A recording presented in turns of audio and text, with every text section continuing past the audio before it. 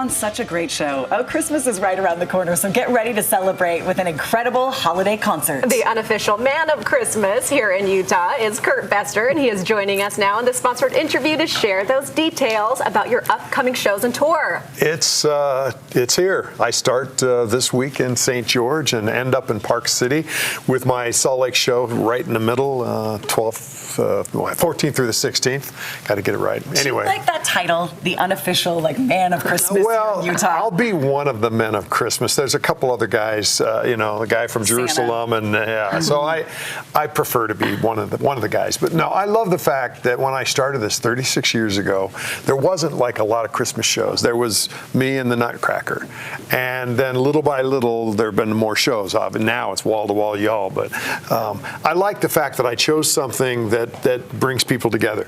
I mean, not many concerts you can go to with your grandma or your mom and sing the same songs. It doesn't happen very often, but Christmas music does that. So I'm glad to be known. I took my sister Dina years ago, and she actually went to high school with Kurt. And she absolutely loved it. Both of us did. Okay. I mean, to see you here on set is one thing, but to go to your show and the way you interact with the audience is another. And that's kind of something I started at the beginning. Dina, you know this as an actor. You want to connect to people like right there. So even though I'm standing in front of an Eccles 2,500 people, I want them to feel like they're in my front room.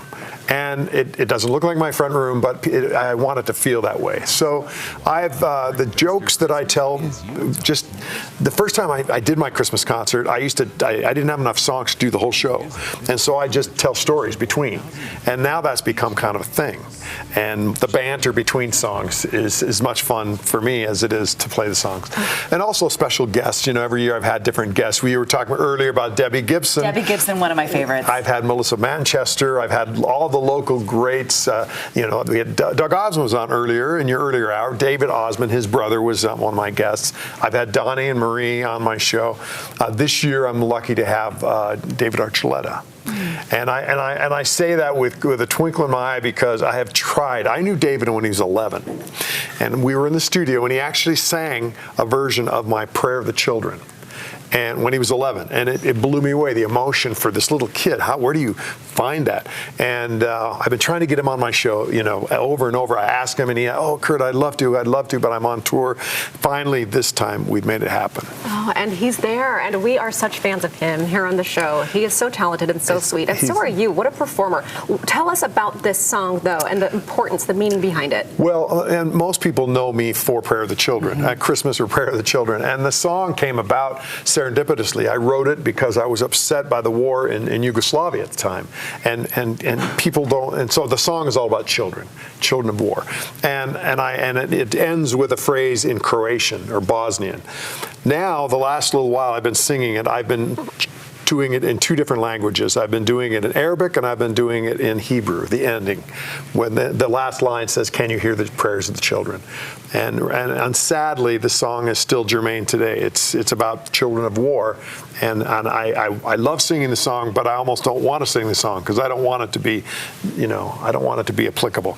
So it's going to be a real special moment in the show. I can imagine David Archuleta's voice. His voice, it's great, and I haven't heard him sing it recently, but I've got the tape when he was 11, and he's only better, So I'm watching a video of you from years past, 36 years of doing the show. Your hair wasn't quite as gray. But it's still, those flowing locks are still present. Well, I was dyeing my hair until COVID, and then I just said, you know what, I got to look my age. So, yeah, I'm embracing the gray. But, yeah, there's... It looks good on you, well, thank you, yes. I look different, but the spirit's the same. I'm surrounding myself with great musicians, and so I'll have my band, my orchestra, and I want to, I got to thank my sponsors, my Mickey Couture and Black Desert Resort. They sponsor my show, and they've done some good deals. So check your website, and you'll be able to find some great deals to come to the show, because I don't want you to have to pay too much. Well, what a spectacle this will be. I mean, we saw the bag of instruments last hour. Yeah.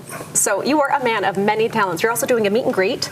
I'm doing a VIP thing brought to you by Black Desert, so which is kind of fun because I don't usually get to meet people, but a few people are coming backstage and seeing what it looks like. What did they ask you?